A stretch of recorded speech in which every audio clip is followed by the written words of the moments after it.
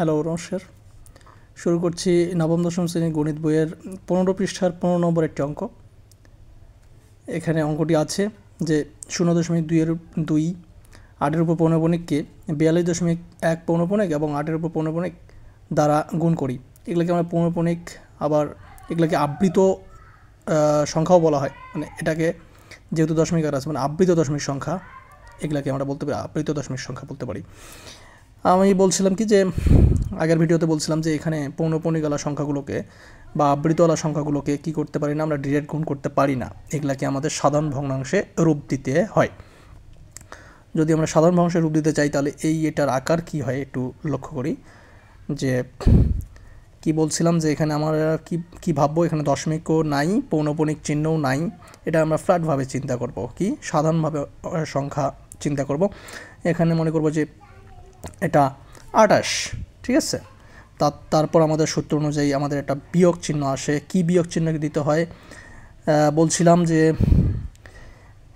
এই সংখ্যাটার উপর পৌনঃপুনিক, এই পৌনঃপুনিক সংখ্যাটার বাম দিকে যা থাকে তা সবই কি হয়, বিয়োগ হয়ে যায়।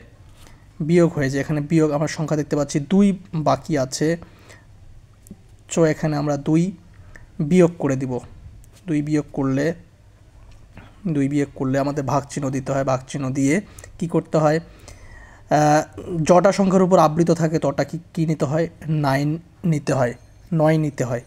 9 নেওয়ার পর আমাদের লক্ষ্য রাখতে হয় কি, এখানে দশমিক এবং পৌনঃপুনিক সংখ্যার মিডিলে কোনো সংখ্যা আছে কি, যদি থাকে তাহলে আমরা একটা শূন্য বসাবো। কটা, এখানে একটা সংখ্যা আছে, তাই আমরা একটা শূন্য লিখব। এই হচ্ছে নিয়ম। তারপর এখানে 28 থেকে আমরা 2 বাদ দিব। 28 থেকে 2 বাদ দিলে হয়ে যাবে 26, মানে হচ্ছে 26 আর নিচে হয়ে গেল 90। এই হচ্ছে। তারপর আমাদের পরবর্তী কাজ কি, এবার এইটাকে সাধারণ ভগ্নাংশে রূপ দেয়া। 42.1-এর উপর পৌনঃপুনিক আছে, 8-এর উপর পৌনঃপুনিক আছে। এটাকে আমরা কি করব, ভাববো যে দশমিক নাই, পৌনঃপুনিক নাই, তাহলে ভাববো 42 আর এখানে হচ্ছে 18। এই তারপর নিয়ম অনুযায়ী কি এটা বিয়োগ আসে। কি বিয়োগ আসে বলছি যে দশমিক পৌনঃপুনিকওয়ালা সংখ্যার লাস্ট পৌনঃপুনিক সংখ্যার বাম পাশে যতগুলো সংখ্যা আছে তা সবই বিয়োগ হয়ে যায়। এটা 42 পর্যন্ত বিয়োগ হয়ে যাবে। তারপর ডিভাইডেড বাই কি হয়, কি বলছি, যটা সংখ্যার উপর পৌনঃপুনিক থাকে তটা 9 লিখতে হয়। 9 লেখার পর আমাদের দেখতে হয় এখানে দশমিক এবং পৌনঃপুনিক সংখ্যার মাঝখানে সংখ্যা আছে কি, যদি থাকে তাহলে শূন্য আনতে হয়, আর যদি সংখ্যা না থাকে তো শূন্য আসে না। এখানে যেহেতু সংখ্যা নাই তাহলে এখানে শূন্য আসবে না।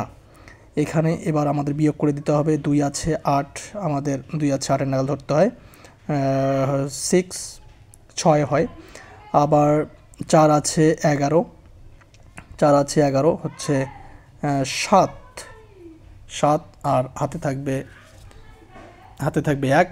এই 1 দিয়ে এদিকে এখানে হয়ে যাবে 41, আর নিচে থেকে গেল 99। এই যে সাধারণ ভগ্নাংশের রূপ হয়ে গেল, আমরা এখানে এটা গুণ করে দিয়ে দিব।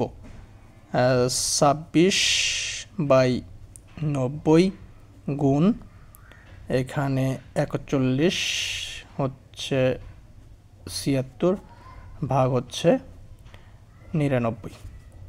এখন কি করি, আমরা উপরে সংখ্যাগুলো গুণ করে দেবো, নিচে সংখ্যাগুলো গুণ করে দেবো। উপরে সংখ্যা গুণ করলে আমাদের রেজাল্ট আসে, ক্যালকুলেটরে যদি আমরা চাপ দিই তাহলে আসে কত, 0.108576। এটা আমরা ক্যালকুলেটরে গুণ করে বসাই দেবো। উপরে সংখ্যাগুলো গুণ করে উপরে বসে, নিচে সংখ্যাগুলো গুণ করে নিচে বসে।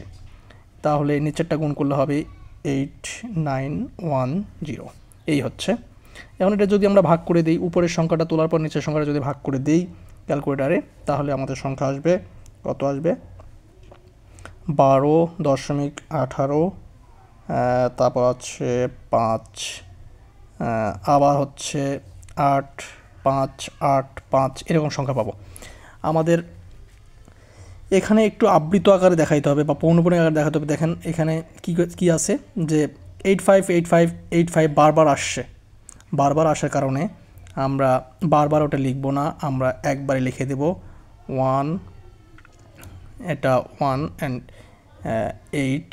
85 বারবার আসছে বলে, কটা সংখ্যা বারবার আসছে, 8585 বারবার আসছে, তাই এখানে আমরা এখানে যদি পৌনঃপুনিক দিয়ে দিই তাহলেই ওটাই হয়ে যাবে উত্তর।